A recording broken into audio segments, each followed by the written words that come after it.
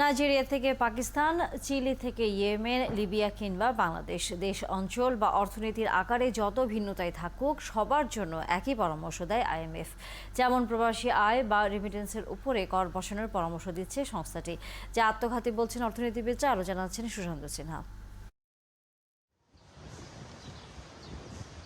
সব রোগের জন্য যেমন এক চিকিৎসার সুযোগ নেই, তেমনি শারীরিক গঠন আর ভৌগোলিক অবস্থান এবং আর্থসামাজিক পরিস্থিতির কারণে একই রোগ সব দেশের মানুষকে সমানভাবে আক্রান্ত করে না।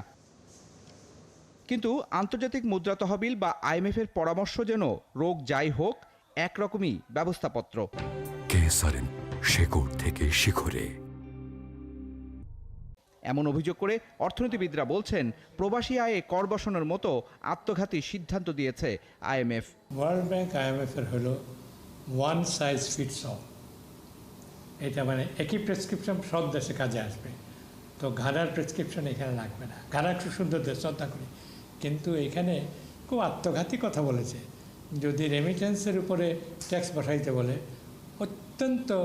অত্যন্ত গর্হিত, অত্যন্ত আপত্তিকর একটা। বরঞ্চ একটা ইউনিফাইড এক্সচেঞ্জ রেট, যেটা এখনকার চেয়ে অনেক বেশি হবে, সেই রেটে যাতে তার উপকারভোগীরা টাকাটা পাইতে পারে, সেই প্রেসক্রিপশন আমরা দিচ্ছি, সেই সাজেশন আমরা দিচ্ছি। একই প্রত্যা সবাইরে পড়াই দিলাম, এটা তো হবে না। তাদের বইতে আছে, এগুলো এই বইতে লেখা আছে যে এটা সব দেশে, নাইজেরিয়াতে গেলেও সেটা, পাকিস্তানে গেলেও এটা, বাংলাদেশে গেলেও এটা। তো এটা ওয়ান বাই ওয়ান বলতে থাকে। এটা তারা আসে কী করবে, গভর্নর সাহেবের সঙ্গে মিট করবে, ফাইন্যান্স মিনিস্টারের সঙ্গে মিট করবে, এনবিআর সঙ্গে মিট করবে। এটা তাদের মানে প্রটোকলেই আছে। আইএমএফে কেন রেভিনিউ বেশি কালেকশন করতে বলে? এটা এর জন্য না যে সরকার বেশি খরচ করলে আইএমএফের লাভ। আইএমএফ মনে হয় আর কি এটা, কারণ সরকারের বেশি আয় যদি হয় তাদের টাকাটা ফেরত নিতে সুবিধা হবে।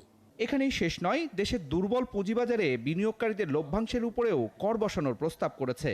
এমনটা হলে আরও বিপর্যয় ডেকে আনবে বলে শঙ্কা এই অর্থনীতিবিদের। ঠিক আছে, ক্যাপিটাল গেইনস উপর ট্যাক্স যদি বসায়, ওই mister IMF, may I ask you one question, যে who will make up the capital losses? Then you say something about that. IMF এর কথায় যদি দড়ি ইকোনমি চলতো, তাহলে আইএমএফ থেকে যারা বছর বছর লোন নিছে তারা গরিব কেন এখনো?